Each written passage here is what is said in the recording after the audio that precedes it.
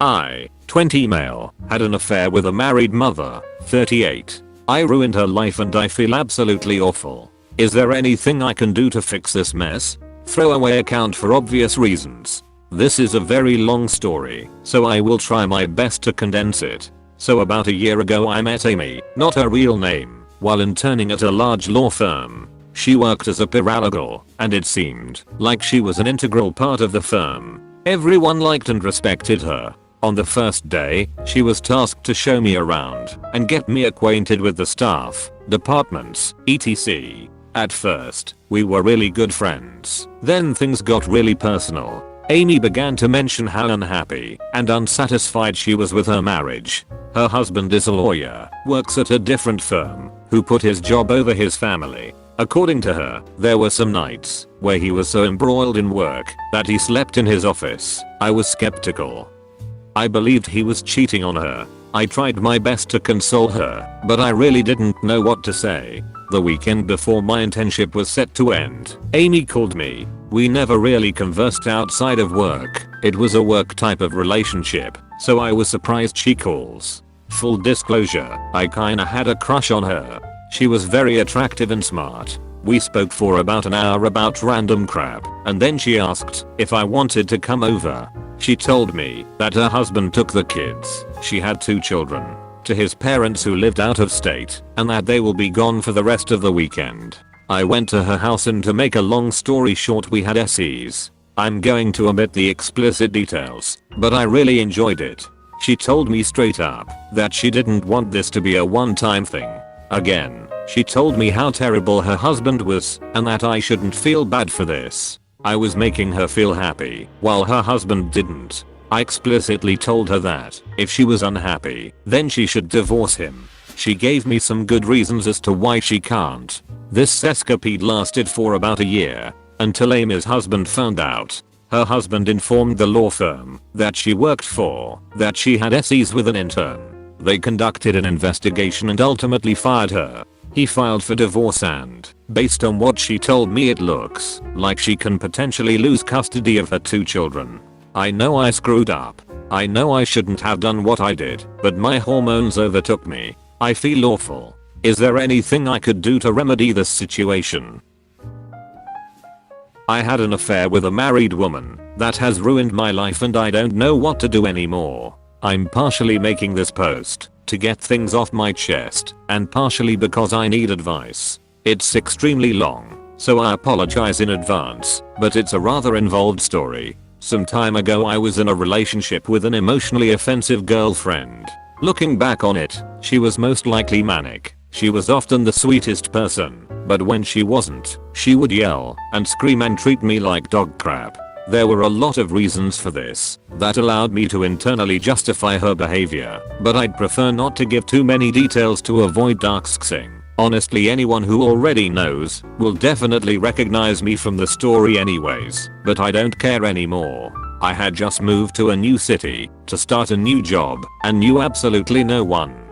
This was when I met, let's call her Taylor. She was kind and sweet and eventually I began sharing some of the less pleasant details of my relationship with her. We began spending a lot of time together and she also shared details of her marriage with me, that she was unhappy, unfulfilled, and looking for a way out, that she no longer loved him. It never occurred to me that she refrained from speaking to his character or why she was unhappy. She just was, and I accepted it. One night, after a particularly bad fight with my girlfriend, I was in a very bad place. Taylor stopped by to make sure I was okay. One thing led to another, and the affair began. She was kind, sweet, caring, everything a partner should be. I began to look forward to and cherish the moments we would spend together and started to fall for her. More importantly, she also fell for me. She confessed that she loved me and she was going to leave her husband. Then I met her husband. As it turns out, he wasn't the man as she described him. He was a genuinely good person, and I found myself wanting to be friends with him, but I couldn't bear to look him in the eye. The self-hatred grew like a mountain, and the guilt ate me alive. I would wake up at odd hours of the morning, unable to sleep, and would pound pavement until my feet were bleeding, and I couldn't walk. I lost probably 20 pounds in a month, and I'm not a heavy guy. I became a neurotic, anxiety-ridden mess. I hated myself and what I had done. Eventually this emotional state began impacting my relationships and they both fell apart. First the affair, after I began acting cold and distant, and eventually after about a year my relationship with my offensive ex, although that was, of course, for the best. Taylor begged me to take the secret of our affair to the grave, and I agreed, but the guilt was insurmountable. I began self-medicating to cope with my guilt and ever-present anxiety and neurosis. I retreated from social life, spending more time alone. This led me to spiral further into self-hatred and eventually hit rock bottom when I attempted self-destruction by running a hose from my car exhaust. A cop found me on the side of the road. I was briefly committed but released, unnoticed by everyone in my life. I promised myself I would try to be a better person, to do the right thing with the second chance I had been given. For a time, things continued as normal. Well, as normal as they could be, given the circumstances. I still spent time with Taylor as we had mutual friends, but I still felt a mountain of guilt inside me, and while the love had long since faded it would be a lie to say there weren't still emotions there for both of us. Several months ago a large group of us went on a day trip. This trip involved lots of hooch, and I was heavily inebriated, as was Taylor and everyone else. I had just begun talking to someone else, let's call her Ashley. At one point, that I do not remember, Taylor apparently approached me and kissed me in public. Somehow this did not have a significant impact or fallout on anyone present, presumably because everyone was too drunk to remember, except Ashley. It took her some time, but eventually she asked me if there had ever been anything between Taylor and I confessed, well, not all of it, admittedly, but some of it. A part of me still wanted to protect Taylor's marriage for her. Recently there was another party with hooch involved. This time I was smart enough to watch my intake, but neither Taylor nor Ashley were. At one point, when I left Ashley to go get a drink, Taylor made another pass at me, attempting to wrap her arms around me, and maybe more, if I had allowed it. I rejected the advance. I don't want to give too many details of what happened next, as it is rather specific, but it can best be summed up as Taylor acting in a way to attempt to make me as jealous as possible. In fact, she even vocalized it as much. This confirmed to me something I had already known for a long time. She would never stop. She would always try and keep me on the side, and her husband needed to know the truth. The very next day I told Taylor I was going to come clean.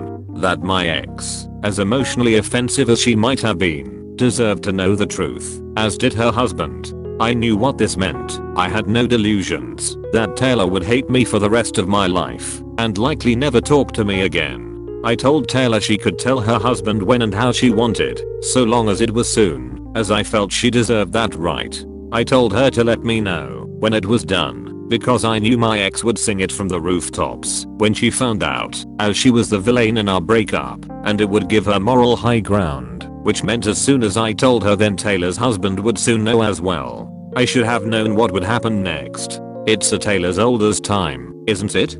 Taylor told her husband, alright. But of course she didn't tell him the truth. She told him that she was in a dark place and that I took advantage of her emotional state. She told him that the only reason she was coming clean was because I professed my love to her, and that I thought if I forced her hand she would leave him for me, but that she loved him and would never leave him. At least that much was true, as I genuinely believe she loves him, despite her many flaws. After coming clean to him, she immediately called both Ashley and my ex to ensure that her version would be the first version they heard, not knowing I had already confessed to Ashley. In fact, since Ashley was an eyewitness too, and could corroborate my version of events, she would have known Taylor was lying, even if I hadn't confessed. Taylor then called as many relevant parties as possible, and did the same.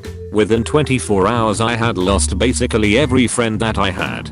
Despite my attempts, not a single person, except Ashley, will answer my calls or texts. My entire support network, gone because I grew a conscience. It's been almost a week since then. I've maybe gotten 3 or 4 hours of sleep a night, tops. I've thrown up daily, barely been able to keep food down.